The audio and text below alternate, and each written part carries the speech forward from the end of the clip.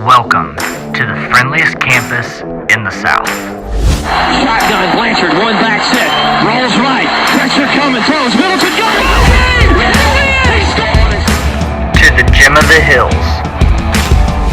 He lifts it to left. That one's pretty well hit. Hall on the run. That ball is gone. Home of the Jacksonville State Gamecocks. Over the day, over to Hall. He fires up at the buzzer and drains the three. So good defense by Cunningham. Gregory leads the way. Pulls up. He checked. This is your podcast for JSU sports. High fly ball. Center field. It is back. It's out of here. With your hosts, Brandon Owens and Cody Hooks. This is Cocky Nation. Welcome back, FCS Fan Nation and JSU fans, to where you can get all of your Cocky Nation news, especially our latest news, which we are so excited to share. Brandon and I literally called each other last night in tears and tears of joy. So, Brandon, would you like to give them the news that they already know about? We got our second Power 5 win of our D1 era. Now, I'm pretty over sure Florida we State. still have a recording of that. Brandon, would you like to share? We do. Snap to Cooper. Looking down the field. He's got a man. Caught it. He's free. Phil Johnson at the 10. At the 5. Touchdown! Touchdown! Touchdown! Touchdown! There are no flags. Touchdown pass on the final snap of the game. Jacksonville State has won it. So first off, I would just like to say, if you're not already using the meme where it's the Florida State cheerleader. Oh, and that's it has, like the best the underneath thing. where That's it says the best ouch thing. because the touchdown. Like, if you're not already using it, please go use it. It's hilarious.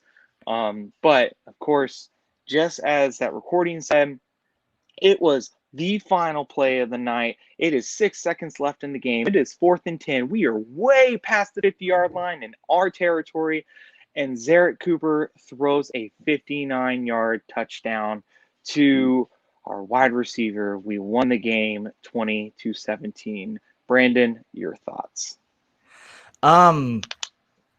Honestly, I went to Struts and watched the first half, and I was very pleased with the first half. Even though we went into halftime behind, I was very pleased with our performance, especially our defensive performance. Even though as the game went on, as it should against an FBS opponent, the depth started kicking in on Florida State side, but we still stuck in there. Like, now, granted, it was a very messy game penalty-wise from both sides, but I think the fact that we stayed in the game is what caused a lot of the penalties for Florida State.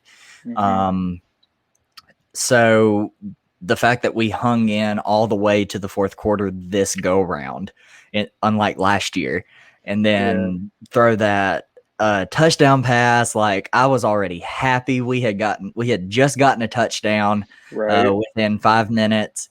Shout out Ahmad Edwards. That was an amazing throw from Zarek Cooper to you. You were absolutely wide open and just literally just waltzed it right into the end zone. It was amazing. I loved it.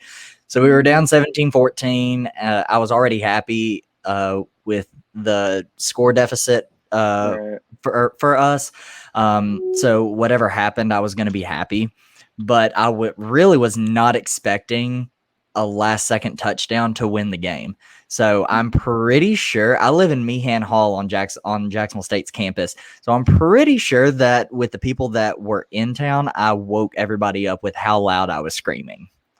Yeah. See, I was in the opposite. I was at home. I was in bed. I was literally watching it as I'm sitting there watching it on my phone, and I saw the touchdown that got us to 14-17. I was like, oh my gosh, like, that's awesome. And so I'm still sitting there, and then we got them 4 in, 4 out, got them out and got the ball back. 3 minutes left in the game. And I'm like, please get that ball down the field. If anything, let our kicker, who apparently his longest kick is only 49 yards. So I was scared because I was like, if we don't get that ball down the field, we're not going to be able to hit a field goal. And so when Zarek kept missing pass after pass, I was like, oh my God. I was like, it's 4th and 10. There's 6 seconds left. We have 1 touchdown. Now, hypothetically speaking, we could get the ball down, have about 3 seconds left, and then attempt a field goal. So that's what I was just hoping for. But when he backed up and Zarek threw that ball and it landed in his hands, and then the two Florida State, first off, Florida State, what was wrong with those 2 players? Because they literally just stopped in their tracks. Oh, I'm pretty sure that they were so shocked that he caught the ball that they stopped playing. Exactly. For about I 5 think they seconds. thought he was maybe out or something, and he just ran in. And I lost it. I ran around my house. I called Brandon. We were freaking out with each other. Like, it was such a great moment. And overall, like, I will agree with Brandon. I thought it was a very messy game, just as far as penalties, because I know there was a couple. We have targeting call on us, Florida, and then there was some things that happened at the end of the game, which we'll talk about later. But the one thing that I find interesting about all of this is that last week on Sunday, they played Notre Dame, and they held up against Notre Dame and actually went into overtime with Notre Dame. And then now here we come, us going into this game, and it's only 20-17. What happened? Like, that's what are they okay? Did they just take a beating from Notre Dame and just couldn't hold on? Like, I mean, a win's a win, and it's a Power 5 win. So, speaking of which, thanks for that $400,000. Right. We're not going to complain. Don't we also get a bonus for winning? I think. Man, I'm not sure. I wish. I seriously wish. But that was the first FCS loss for Florida State, and I'm just excited. And yeah, it's great. Yeah, there's a lot of people on Twitter that are saying because that they lost to Jacksonville State. Not to mention like whoever the FSU alum that's on like the ACC network, the Huddle. I'm a JSU fan, and I will agree with him. You do not lose to Jacksonville State if you are an FBS program, let alone a brand like Florida State. You do not lose to Jacksonville State. But you did. But you did. You did. So, but on Twitter, there were a lot of people that were saying that FSU has hit rock bottom, and I don't know if they have hit rock bottom, because rock bottom is when you go defeated the entire season. Like you lose all of your games. I don't think FSU is there yet, but this propels them in that direction. Now, like I said, you do not lose to, just like Washington did against Montana. You do not lose to even a powerhouse FCS FCS team. You do not do that if you are in the Power 5, unless you are like Vanderbilt or Arkansas. Now, arguably speaking, some analysts have argued that it might turn into that for Florida State, that they might actually hit real rock bottom. They won't win a game at all because, let's face it, this was the last. They'll beat Georgia Tech. We hope so, but I'm not sure, and we don't know exactly right now. But it's one of those scenarios, like, because the analysts were talking, I was listening to them, and they said it's only going to get harder from here. And depending on how Georgia Tech flies in there, I mean, it might turn into a blowout for them as well. We don't know. And so is this the end for Florida State, or is this a time for change? Which arguably we could say the same thing for JSU, but we'll get into that in just a second. Now, Brandon, I know one of the things that you wanted to talk about was the discipline that was happening. So do you want to elaborate a little bit more on that? Yeah, so even though that this was a win, and I will go ahead and say this is a fantastic win for JSU, even though it was super messy, we still had 13 penalties for 111 yards. Right. That is still not okay. It doesn't matter. Like, even if you play Alabama and you beat them by 1 point, if you have 15 penalties for 150 yards in a win against Alabama, who is number one in the nation, Yeah. that is still not a very disciplined game. Yeah. Like, And you I have know got to fix the discipline issues going forward, especially with this helping us get into the playoffs. You're not going to last very long against teams like Delaware, South Dakota State, North Dakota State, James Madison, who basically play perfect football. You're not going to last. Those teams are going to take advantage of those penalties and turn them into points. one of the biggest things I hate as far as penalty wise is like you spend years practicing, you spend years training yourself to be prepared, and yet some of those penalties were offsides because we had our defense jumping the line, and I was just like, why? Why are you jumping the line? Yeah, and now it seems like that's fixed and it's transferred over to the offensive side, which Well, I I don't mean, know why that happened. now to be fair, like at the end of the game, the defense did it again, and now luckily we were able to still get them down to their uh, fourth down, and they tried to get us to jump again, and we held up, and that was good. But still, it's the fact of the matter, like you cannot, and that's the argument I heard, is you cannot watch those hands. You cannot watch the quarterback's hands. You need to watch the ball. If that ball flies out from the center, then you get off that line. But if they don't move, if that ball doesn't move, then you should not move. And I get it. I haven't played football in a while, and I get it. When you're in the zone, when you're in the game, it's a little bit different. But it is, again, one of those just discipline things that we got to hopefully work through. So I say that, but I say it with a grain of salt because, again, JSU defense line, O line, just understand. I'm not saying like you're terrible. I'm saying like I need to understand like where it's coming from. You understand what I mean? If you're listening to this, Yeah, there literally, if we fix that issue, our penalty numbers would go way down. and that's the Way down. hope. But arguably speaking, is it them or could it be the coaches? Now, I will say kudos to the coaching staff. Ross, you did a fantastic, getting us the win. But is this a redemption or is this, hey, even though we won, we still need to analyze it to that degree? Do you understand what I mean? Yeah.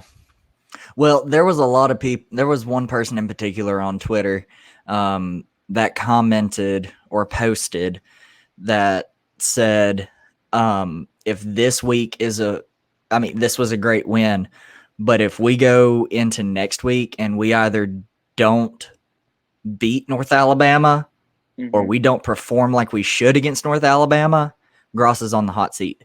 Now, I don't think that's the case because of having a win against Florida State is going to outweigh any of that.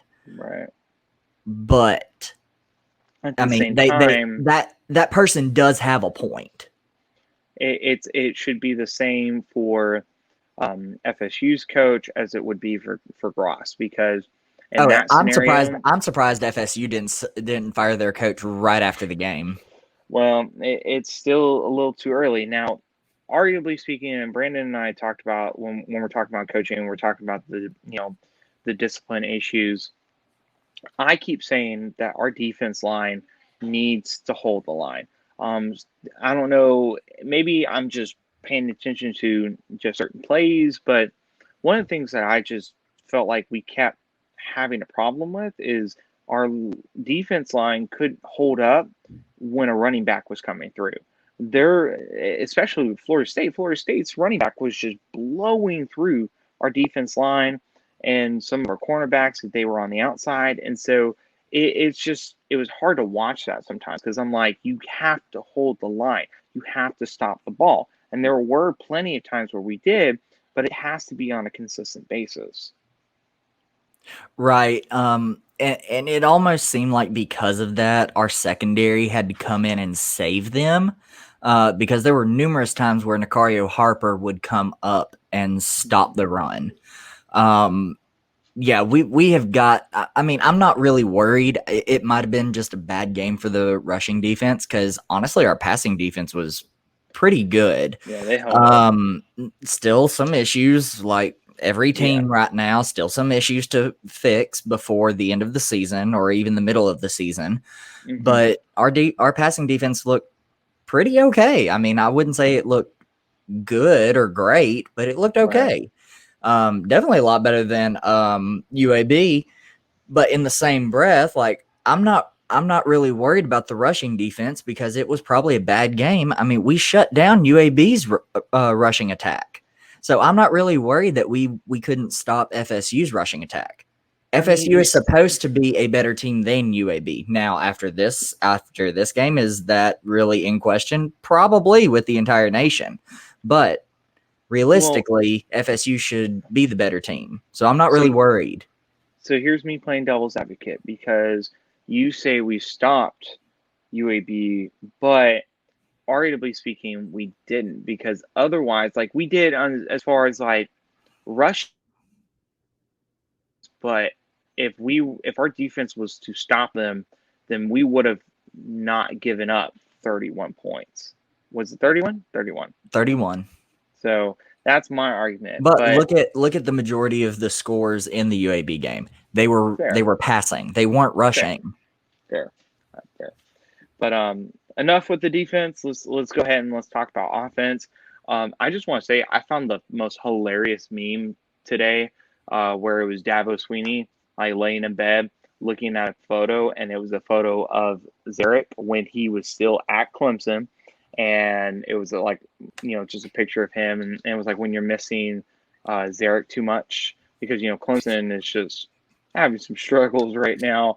I mean, they won yesterday, but that was, I mean, it was South Carolina State. You know what I mean? Yeah. But Zarek, man, oh my God, yeah, like he had some really good numbers. Brandon, you have those numbers for the game altogether, right? I do. Let me put them up here real quick. Let's take a look at that. I like those numbers. I mean, they could be a little bit better, but I mean, 242 yards in passing. I mean, it's not bad. Not bad. Mm-mm. And then 17 for 38 completion rate. I mean, still not great like some other quarterbacks, but vastly improved from the UAB game where he was literally 50% completion rate. Mm-hmm. So I will say that the passing especially was very much improved. And can I just go ahead and say it is I'm finally happy that JSU won a game where we outgained the other team in total yards instead of being outgained and winning the game. I'm so happy that finally happened. Yeah, and see, I'm excited because if Zarek has finally showed up, which I think he has, I think the season itself will look a lot brighter as far as the offense goes. I have no worries about next week, which we'll talk about that in a little bit. But I think Zarek is going to, I think this is his final year. He knows it's his final year. I think he's ready, and I think he's going to show up each and every game. Yeah, he finally decided to show up after being here for 4 or 5 years.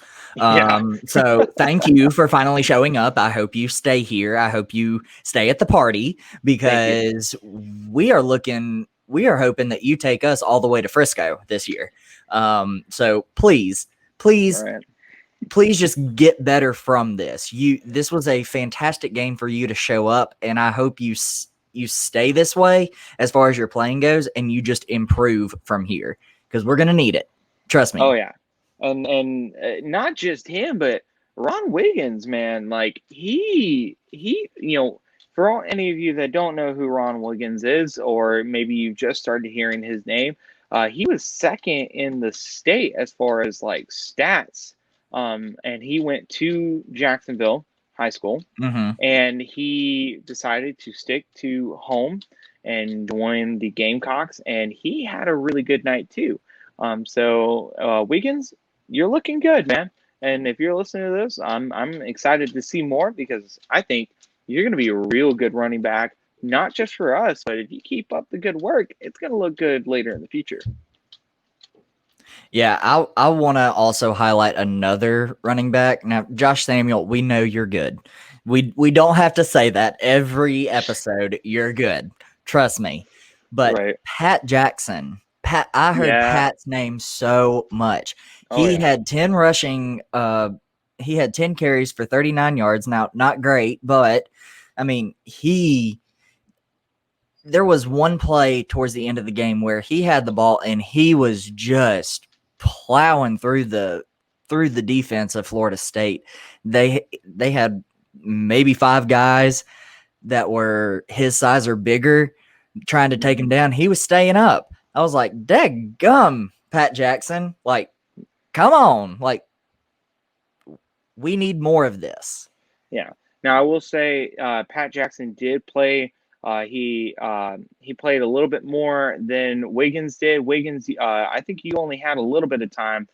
So again, I still want to see more of that. But Pat Jackson had some incredible stats last night. He actually had about 39 yards. He actually had more than Samuel. So Pat Jackson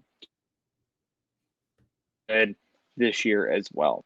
Mm-hmm. And Now, then okay, go before ahead. we move on, I just want to say there are a few things that I want to see happen with Zarek Cooper. Mhm. He seemed he was a lot better at decision making, Mhm. but because of that, he played super conservative and hesitated on some decisions. Oh yeah.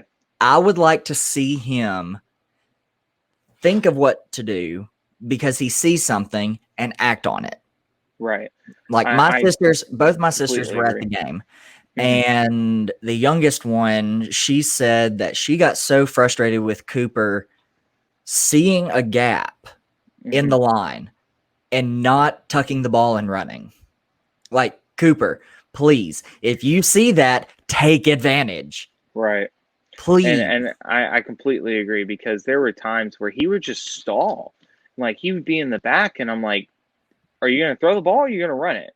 Like you cannot just sit there because at some point, either A, we're gonna get a holding call because our offensive line is trying to protect you, or they're not going to be able to hold them off, and then you're going to get crumpled in the backfield, and we can't have that. You have got to act as soon as you can.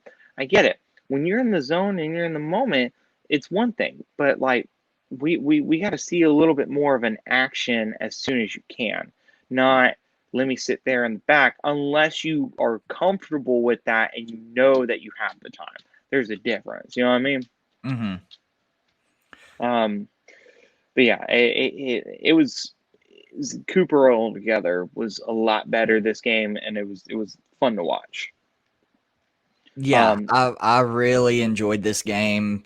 My BP was through the roof. I had a bunch of people from FCS Fans Nation like tagging me in posts and privately messaging me, asking me if I was okay, if I was alive. And honestly, for a hot second, I thought my heart was about to pound out of my chest through due to all of the excitement that I was experiencing. Like I felt my blood pressure after I had gotten off the phone with my dad.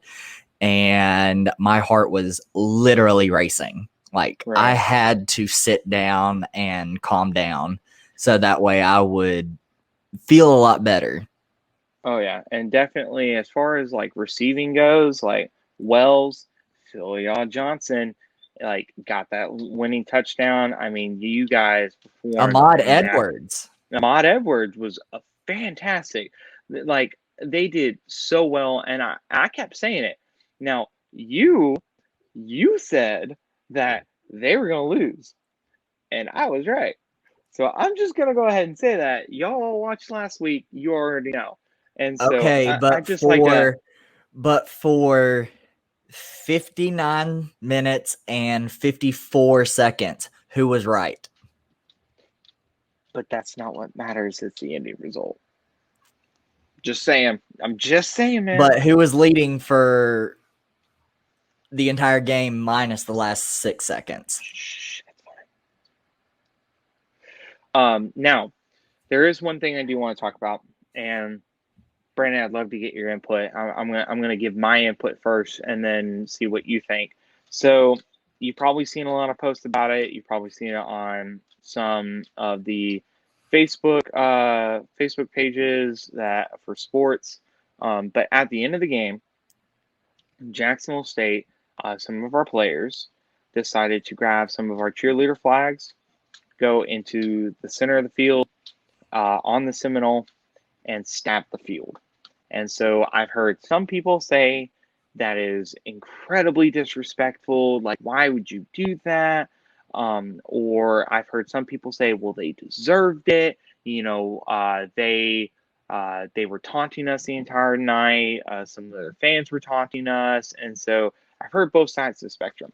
Now, to give a little bit of my input, I personally don't think that it was disrespectful. I understand in some categories maybe it was, but I think with a win like that, even if it was a dirty win or whatever you want to call it, if it was, the discipline issues or whatever, I think overall, I don't think it was that very disrespectful, and people should not necessarily look too much into it. I just think, hey, they won, they were excited, they just wanted to do something that shows, hey, we won, we beat you. That's just my opinion.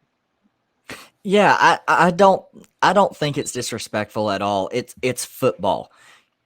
With any kind of rivalry, you're going to have something like that happen, Right. regardless of what level it is, whether it be high school, college, or pro. You're going to have stuff like that happen. Probably more on the collegiate and high school level than pro, but like I said, it happens at all levels. I actually have some insight as to what happened during the game towards JSU from the FSU fans. Okay. I'm not going to go into too much detail, but there were some things that happened with members of our band from that the fans of FSU were doing, and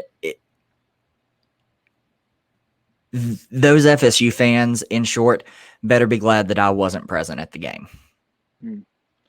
Which yeah, there's always a few in every team and every fan base. Like, I remember, Brandon, you remember when we went to LSU and we were literally like driving through the campus and they had people tailgating and flipping us off.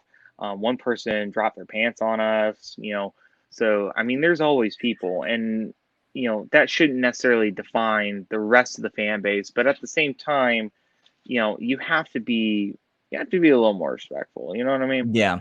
Also, apparently, you should remember a situation like this happening. Actually, no, you don't, because it happened before you got to JSU. So apparently somebody spilled beer purposefully all over our head drum major as they were going on the field.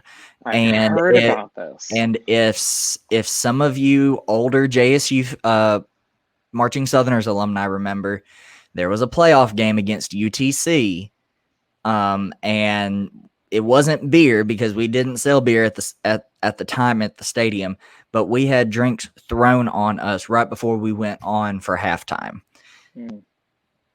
I'm sorry, but that plus what the fans were doing to some of our members in the stands, when you're that disrespectful to us, I don't care how disrespectful we are. You get what you deserve.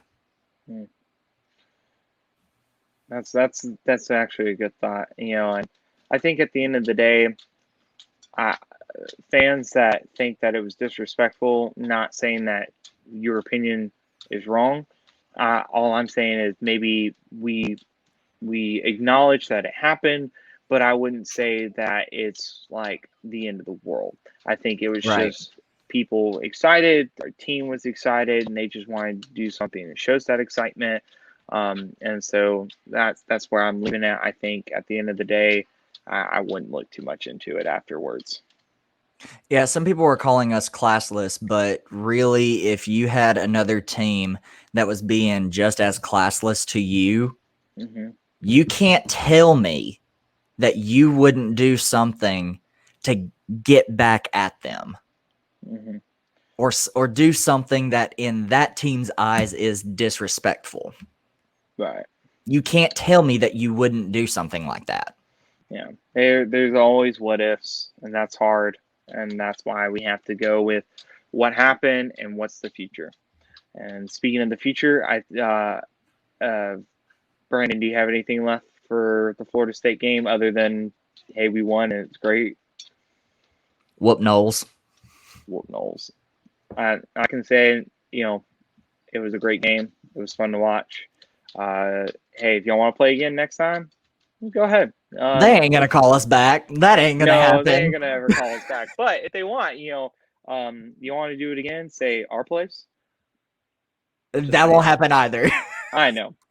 But as we're speaking about the future, next you that I'm gonna be there. This guy over here, right there, this guy over here, he's gonna be there at 6 o'clock p.m. Central Standard Time. The Jacksonville State Gamecocks will take on the University of North Alabama Lions. Brandon. Tuna. Tuna. Now, we already know how this is going to go, or at least we hope we know this is going to go.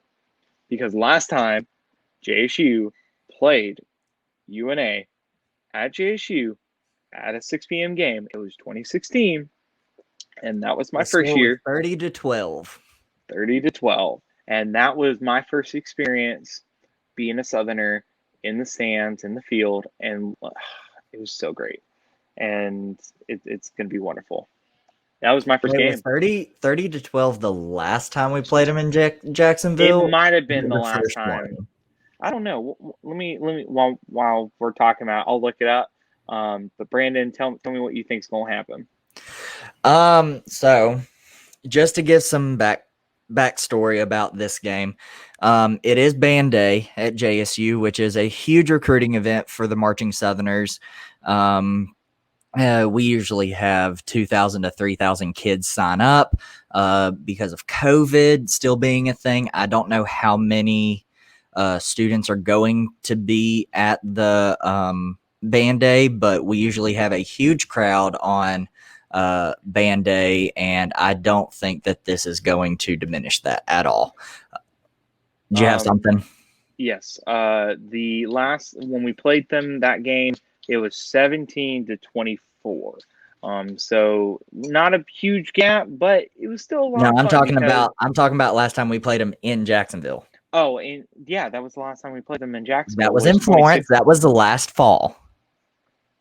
Yeah, that no, score the was game in Florence. No, the one I just looked up was 2016. We won 24-17 in 2016. That's what I was looking up. The last time we played them was in Florence, but I was talking about the last time we played them in Jayville. Yeah. Interesting. But very interesting. Mm-hmm. But like I said, it's band day. We usually have a big crowd. Our record attendance for Burgess Snowfield at JSU Stadium was actually set on a band day when we played Liberty right before they moved up to FBS. We were like 60-something people short of packing the house. With that being said, like it says in the banner below, you JSU fans better not stay at home and watch this on TV. You better get your butts to JSU Stadium and be at the game. Yes, and I'll go ahead and say that as JSU fans and as JSU itself, we don't get a lot of night games. This is one of the few, and so usually and it's our first home game. And usually night games are really packed and they're a lot of fun. Now, of course, we want to Brandon and I want to share our, not necessarily concerns, but just saying, hey, please, if you are unvaccinated, please wear a mask. If you are vaccinated, that's great. But just try to keep social distance, do whatever you need to do to keep everybody healthy, because we want to continue the rest of the season, not drop right after. If you catch my drift, so please do the best you can to stay healthy and stay safe during that game. Do your part. We all appreciate it. But now, as far as score, Brandon, what's your prediction? Oh, so we jump into our new segment called Cocky Predictions already. I guess unless you want to talk about what JSU needs to win, which I think overall, I think we know what they need to win. Well, let's go ahead and talk about that, because I personally think they just need to. This is a trap game now. It was not a trap game before, but this is now a trap game. Boys, those of you on the team that listen to this podcast, please listen to what I have to say right now. Stay focused and stay calm. Do not let this win go to your head. Empower your emotions to the point where you are playing out of control against UNA. UNA last year beat us by 7. If you start playing out of control and unfocused, there is a chance that UNA could possibly beat us. This is a rivalry game. I do not care what anybody says about this game, saying JSU will have no issues against UNA. This is a rivalry game. All bets are off the table. Ask James Madison in Richmond. And I'll go ahead and say, remember that after it was 2 seasons ago when we played Eastern Washington, that was a really big hype game, especially because we played at JSU. We won that game, but yet we still came back the following week and we did our business. We did what we had to do. You have to stay focused. Enjoy this weekend. Enjoy this week, whatever you need to do. But as soon as you get on that field on Saturday, it's game on. Whoop. Tuna. No, whoop tuna. That is the phrase we use this week. Whoop tuna. Whoop tuna. It is Tuna Hate Week, and I love it. It is Tuna Hate Week. And so any Lion fans, if you're listening to this podcast, I'm sorry, but you're going down. Yeah, they suck. Yeah. Just like Troy sucks. What's your predictions? I honestly think our boys are gonna do fine. Still, please listen to what I had to say. I think this is a rivalry game. All bets are off the table, but I seriously think, especially with how vastly improved JSU looked from week 1 to week 2, I think we're just going to keep improving from here on out, even if we drop a game between now and the end of the season. But honestly, I don't think JSU is going to have any issues. Our running game is good. Our passing is now getting to where it needs to be. Right. The receivers seem to trust Cooper a lot more. So I think JSU is going to come out with a win, and my cocky prediction is JSU 38, UNA 14. That's a good score. My cocky prediction is going to be, I think it's going to be 36-7 JSU. That's going to be my belief. I'm going to hold on to it. I think we're both going to agree that JSU is going to look great next week. And so with that being said, guys, we just want to thank each and every one of you for listening. And of course, if you haven't already followed us on Instagram, it's cocky_nation. Search for Cocky Nation and JSU Podcast if you want to listen to this on Spotify or any other locations. And of course, if you haven't already, go follow the FCS Nation on all social media platforms. They are really good to us. We really love them. We really love being a part of all that. And so we really hope that y'all go and listen to other podcasts and follow along as this FCS season goes as well. For future reference, especially in the coming weeks, since we have that Kennesaw State game coming up, be on the lookout for collaborations with other podcasts with Cocky Nation. Again, thank y'all for listening. I forgot to put up that. Go follow all of these handles. We are on Instagram, Twitter, and Facebook. So go search up our handles as well as the title of our Facebook community, Cocky Nation, a JSU podcast. And for Twitter and Instagram, at Cocky_Nation. And I would also like to say, if you have any questions for us or you want us to answer questions about the season or just in future games or whatever, just please send those, post those in comments on Facebook and on Twitter so that we can answer those questions, because we like to hear from you guys as well. Please do. Even though Cody and I like feeding off of each other, it'd be nice to start a questions segment for Cocky Nation and have more to discuss in depth. But like I said, be on the lookout for future collaborations with Cocky Nation. And again, thank you for listening. And always remember, go Gamecocks and fear the beak. Fear the beak.